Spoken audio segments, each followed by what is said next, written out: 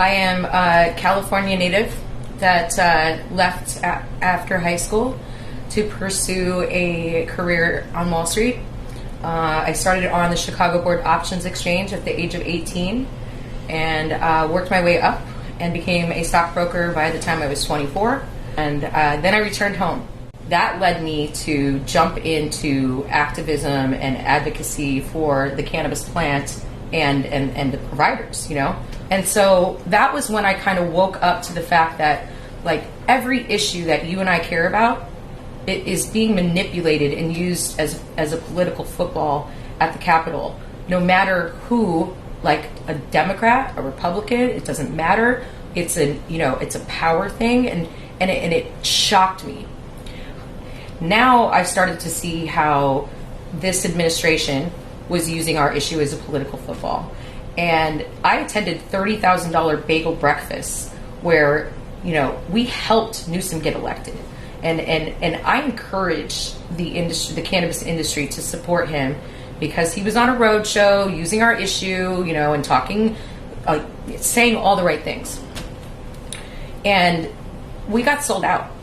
And here we are 5 years later after saying yes on Prop 64, and 8 million people ran to the polls to legalize cannabis. And it has not been implemented to this day. When I'm elected governor, day one, I'm telling the lobbyists, go home. Okay? You are the problem. It's that money that is causing our issues to be manipulated, and there are really good hearted people in that have been elected to high level positions, and yet they're subject to this manipulation by money in order to stay there. And that's where this comes in. As part of Governor Newsom's campaign to remain in office, he and his campaign are branding this recall as a quote-unquote Republican recall. Mm-hmm. But almost a third of the people who signed the petition for the recall to place it on the ballot were registered Democrats. And independents. And independents. Mm-hmm. And I noticed that there are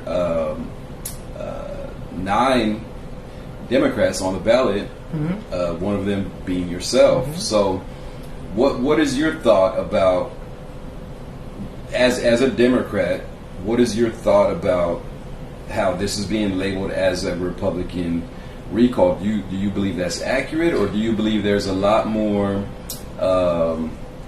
consternation in the community throughout the state that our current governor is simply and the Democratic Party is simply not acknowledging?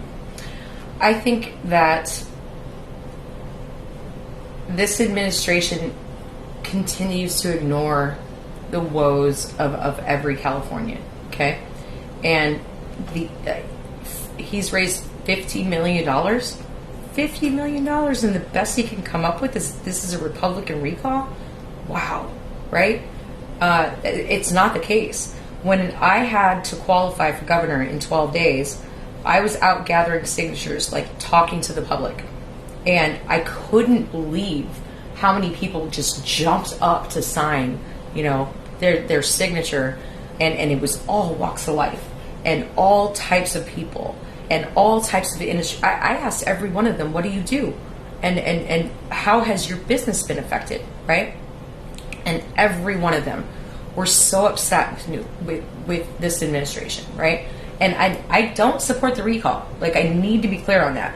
I didn't sign that petition. I've never told anyone to vote yes on the recall. I'm simply trying to be an insurance policy.